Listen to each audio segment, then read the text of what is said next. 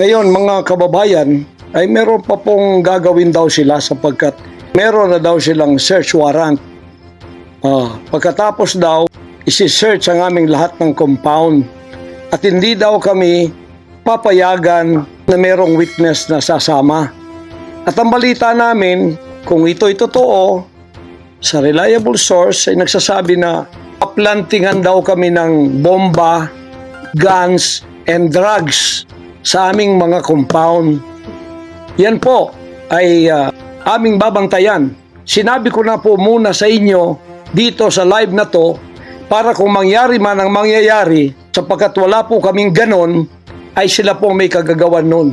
Ganito ka-evil ang kanila pong mga pag-iisip sa ngayon, masyadong desperado. Aywan ko kung bakit. Kung kayo nasa katotohanan, nasa kapangyarihan, bakit kayo natatakot? At huwag ninyong pasamahin ang aming mga abogado para sumama sa inyo sa pagsisearch. Kaduda-duda na yon. Hindi po pwede yun. Maano tayo? Bansang Hapon ng panahon ng giyera? Ano to, panahon ni Hitler? Na wala kaming pwedeng lawyer na sumama sa inyo? Kayo lang? Pagkatapos pwede nyo kaming barilin pag kami nakikipag-usap na kailangan may witness para kamerahan namin ang ginagawa ninyo na wala kayong lusot kung meron kayong gagawin na kabulastugan. Pagkatapos, ipapatong ninyo sa amin. Pagka ito'y totoo, we will resist you. Hindi kami violent, pero hindi kami papayag na wala kaming mga witness na sasama sa inyo. Lawyer at saka barangay captain ang hinihingi namin na magiging witness sa lahat ng search na gagawin ninyo sa lahat ng aming pamamahay, kwarto o kung ano. At may lawyer kaming titingin muna sa inyong dokumento kung ano ang isi-search nyo, kung anong bahay, kung anong compound, kung ano lang ang dapat nyong gawin at ilang oras. Hindi to open-ended eh. Kailangan meron sisisi namin ng judge na gumawa ng search warrant na ito pagka hindi ninyo nirespect ang aming constitutional rights. Huwag ninyong tapakan ang aming rights. Hindi din namin tatapakan ng rights ninyo. Ilang kayo ay nasa batas. Igagalang namin yon. Pero igalang din ninyo kami kasi meron kaming mga narinig na ginawan ninyo mga ebidensyang peke. Tinamnan ninyo katapos ipapatong ang kaso sa amin. Religious community po ito.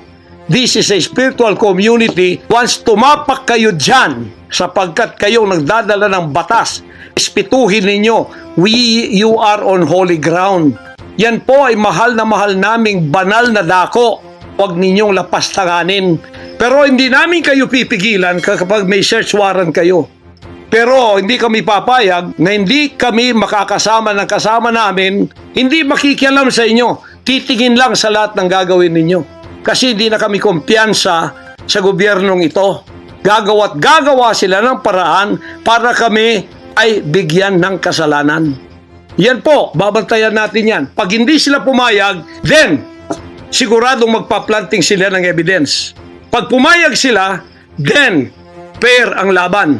Hindi namin sila pakikialaman. Titingin lang ang aming mga witness na mga lawyer at saka barangay captain. At sino man ang mga witness na nandoon sa aming side. Kasi nandoon sila.